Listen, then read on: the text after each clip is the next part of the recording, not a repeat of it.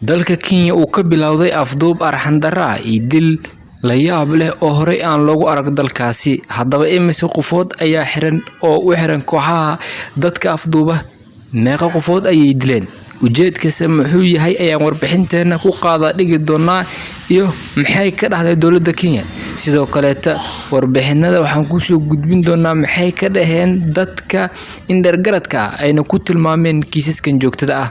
Haddaba waxaa la soconaa inay horey u dileen nin lagu magacaabo ganacsadana ah Bashiir Gaboobe oo dalka Mareykanka ka yimid, halkaasna ganacsi ahaan u imaaday, kaasi oo afduub loo geystay kadibna ay dileen kooxihii afduubka u haystay sida lagu sheegay. Warbixinada dadka indhergaradka ama siyaasiyiinta Soomaalida ayaa sheegay in dowladda Kenya qudheeda ay kiiskaasi wax badan ka ogtahay ayna geysatay si kastoo ay u dhigeenba. Waxay sheegeen inay shaki weyn muujinayaan taasi beddelkeedana dowladda Kenya ay sameynayso afduubka inuu yahay mid caadi ah oo dadka caadi ay ugu dhigto. Dad kale ay afduubeen oo tiro badan oo magacyadooda aan halkan idinku soo gudbin doono si loo dhaho afduubka waa mid caadi ah oo dalka ka bilowday. dadka xiran ee ilaa haatan la laayahay oo muuqaal qaar laga soo duubay qaarna si xun loo dilay waxa kamid ah gabar lagu magacaabo Xafsi Cabdi Wahaab. sidoo kale waxa kamid ah dad aad u tiro badan oo gabar ay ku jirto oo lagu magacaabo Umul Khayr Cismaan. waxa kale oo ku jira nin lagu magacaabo Cabdi Wahaab. sidoo kale waxa warbixintan ku jira nin kale iyo laba gabdhood oo kale ayagana sidaas loo afduubtay.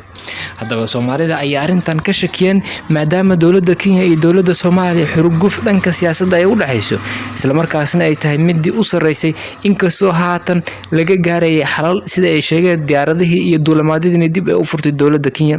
walowjaadkii ay lacagaha badan kiili jirtay la istaajiyay waxyaabahaasna ay ka xareysan tahay. sidoo kale iyo badda oo ayadana la isku haysto maxkamadda ay taala dacwadeeda. dadka siyaasiyiinta ama waxgaradka ah Soomaalida ayaa ku tilmaamay arintan inay tahay dowladda Kenya inay si toos ah ugu dambayso lugaana la galayso dowladda Kenya iyo ciidamadeeda inay arintaasi geysanayaan.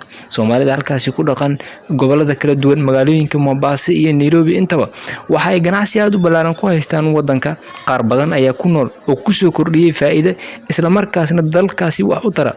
haddii dadkaasi gabi ahaan ay isaga baxaan waxa ay ka dhalanaysaa in dalka uu noqdo mid fuqar ah maadaama lacag xad dhaaf ee cashuur ahaan ugu qaado dowladda Kenya. taasi beddelkeedana ay sameynayso gumeysi dadban oo isugu jira jirdil iyo dilil arxan darra oo horey aan loogu arag wadankaasi oo idil.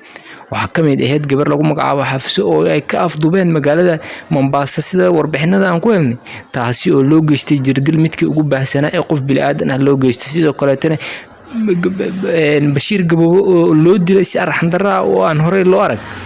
arrimahaasi silsiladaha ee Kenya ka soconaya ayaa dadku ay ka muujiyeen shaki ballaaran. Soomaalidan waxay ugu digeen inay is ilaaliyaan arrimahaasina in la baar. Kenya waxa ay ku dhaqan tahay meelo badan oo kamid ah gudaha Soomaaliya sidaasina looma galo. hayeeshee waxa ay sheegayaan in arintan shaki aad u ballaaran ay ka qabaan dalalka caalamka ee ugu baaqayaan in la baaro walow ay ayaga qudhooda is og yihiin. warbixinteena intaasi ayaan ku soo gabagabeynayaa. warbixinta waxaa si toos ah ku tabinay janalka Doox Media ilaantiinba share like comment intaba asxaabta la sii wadaag. aad u mahadsantihiin daawashada warbixintan.